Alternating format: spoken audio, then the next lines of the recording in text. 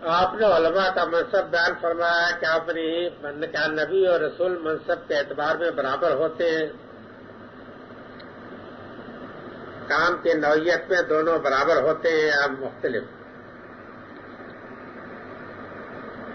علماء کا منصب تو یہ پیغمبر ہی نے بتایا ہے کہ علماء امتی کا انبیاء بنی اسرائیل، یعنی مطلب یہ ہے کہ دین سے متعلق جو ذمہ داری بنی اسرائیل کے دور میں انبیاء پر تھی، اب نبوت کا سلسلہ ختم ہونے کے بعد یہ ذمہ داری جو ہے ان کے اوپر ہے، لیکن نبی معصوم ہوتا ہے۔ علماء تو میرا خیال ہے کہ جرائم پیشہ ہوتی ہے، اس لیے یہ بات بالکل غلط ہے۔ نبی معصوم ہوتا ہے، یہ معصوم تو نہیں ہے، ان میں سے تو وہ یہ ہے کہ جو زیادہ سے زیادہ اپنے رب کے فرما بردار بنے، نیک بنے اور زیادہ سے زیادہ دین کی خدمت کریں، وہ لوگ ہیں در حقیقت علماء اچھے۔ اور وہ علماء جو ہیں اپنے منصب کے لحاظ سے بلا شبہ ان کی ذمہ داریاں اگر وہ اپنی ادا کریں گے تو وہی ان کا منصب ہے جو منصب کے بنی اسرائیل کے علماء بن گیا کریں، اگرچہ وہ معصوم نہیں ہے، اگرچہ وہ معصوم تو نہیں ہے، لیکن اس کے باوجود اگر وہ اپنے دین کی خدمت کر رہے ہیں تو یہ ذمہ داری ان کے اوپر ہے، ان کے لیے اجر بھی بہت بڑا ہے۔ باقی رہ گیا کہ نبی اور رسول میں فرق ہوتا ہے۔ نبی اور رسول جو ہے اس فرق کو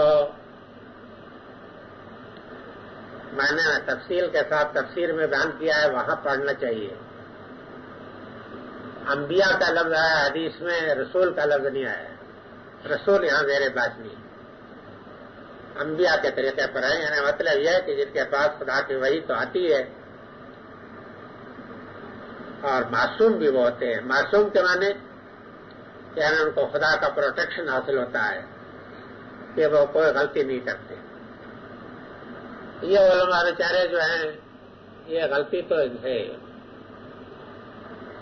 ہو جائے، لیکن یہ ہے کہ اگر اس کے کمزوری کے باوجود وہ دین کی خدمت کے لیے قربانی دیتے ہیں، تکلیف اٹھاتے ہیں، محنت کرتے ہیں، لوگوں کی اصلاح کرتے ہیں، تو ان کا درجہ جو ہے بہت، اس میں شبہ نہیں کہ بہت اونچا درجہ ہے۔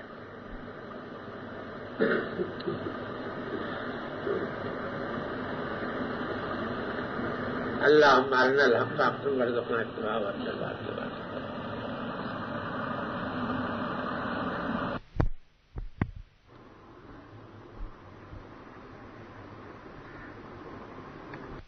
من الشیطان الرجیم، بسم اللہ الرحمن الرحیم۔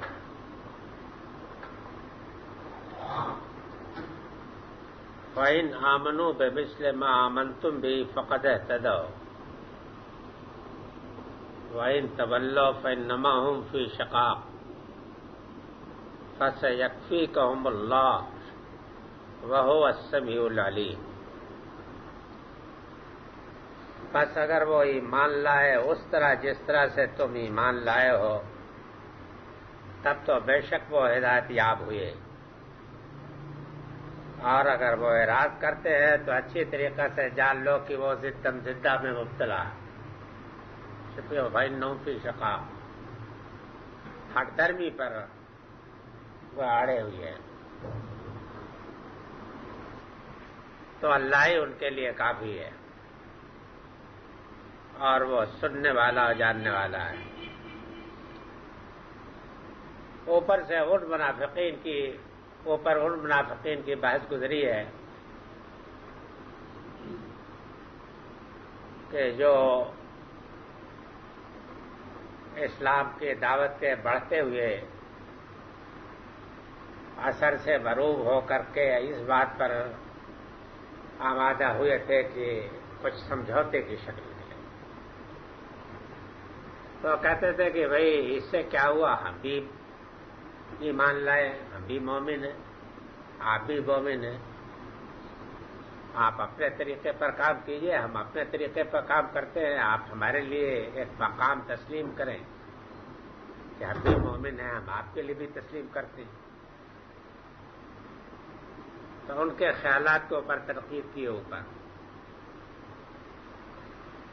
کہ اس سے کسی مغالطے میں نہیں پڑنا چاہیے، یہ نہایت ہی خبیث قسم کی شرارت ہے۔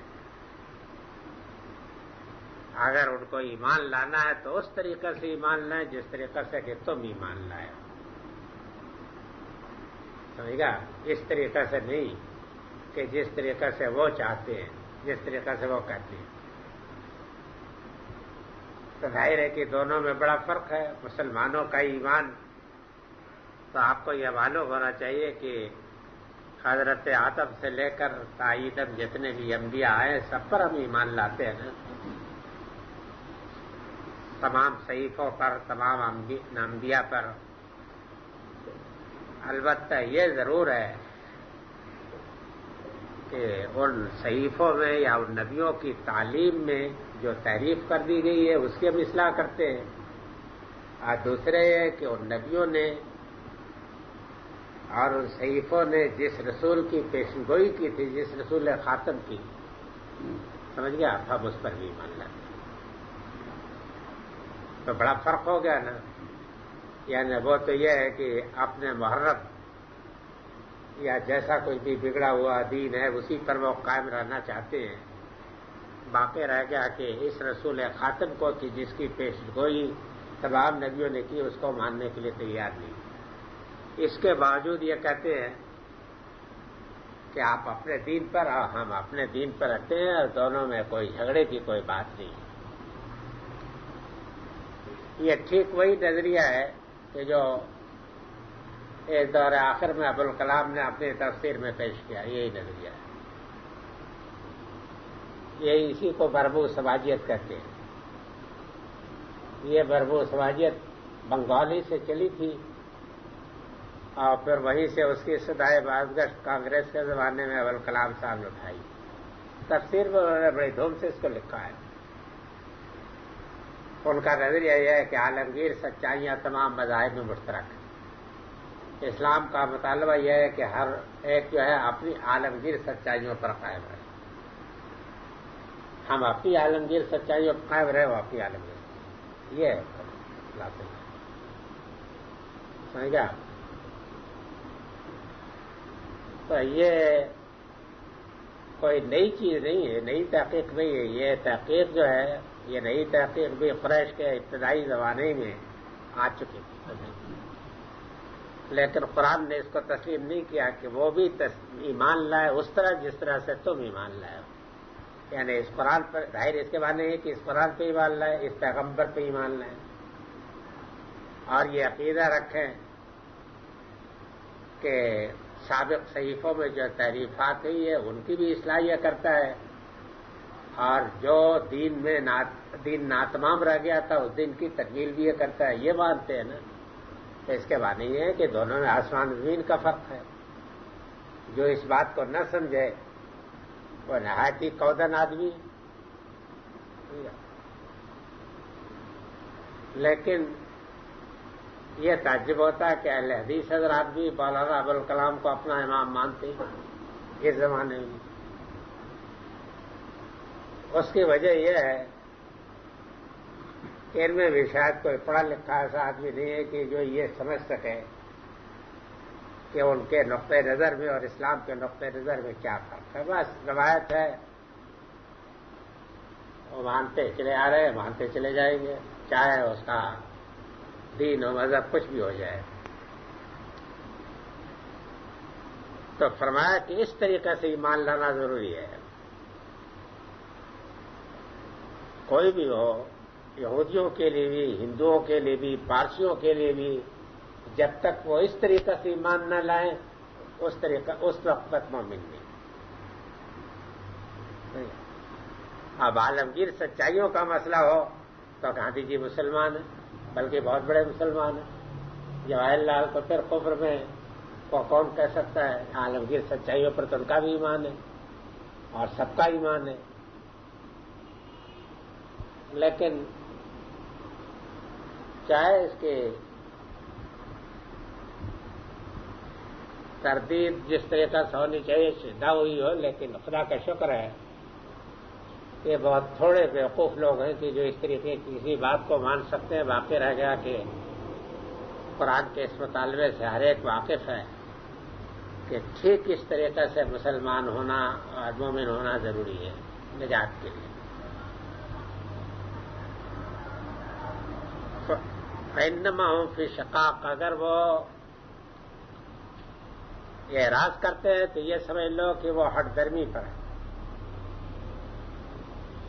یعنی شقاق کے معنی مشاقہ، یعنی وہ اپنی ایک پارٹی بنائے رکھنا چاہتے ہیں، اس سے ٹلنے کے لیے تیار نہیں. اس لفظ میں ایک تلبیہ ہے کہ بظاہر تو وہ اس شکل میں اس کو پیش کر رہے ہیں کہ وہ بڑے سلجھو ہیں اور رسالت کرا رہے ہیں، اتحاد پیدا کر رہے ہیں، لیکن حقیقت میں وہ جس چیز پر اڑے ہوئے ہیں وہ ان کی پارٹی بازی اور ضدم زدہ ہے، یہ اس کے خلاف، یہ مسالت کا راستہ نہیں ہے. سمجھ گیا؟ مسالت کے راستے کے لیے یہ طریقہ اگر اختیار کیا جائے کہ آپ اپنی حماقت پر جمے رہو، آپ اپنی حماقت میں جمے رہو، ہم اپنی حماقت میں جمے رہیں، یہ مسالت کا کوئی راستہ نہیں. وہ تو قدر مشترک تلاش کرنی پڑتی ہے. جو قدر مشترک ہوگی اس قدر مشترک کے اوپر اتحاد ہو سکتا ہے. اگر وہ نہ ہو تو عیسیٰ بدین خود، موسیٰ بدین خود پر جو مسالت ہوتی ہے وہ مسالت اگر مانر شب دیگر نہیں مانت، وہ نہیں رہ سکتی. سمجھا؟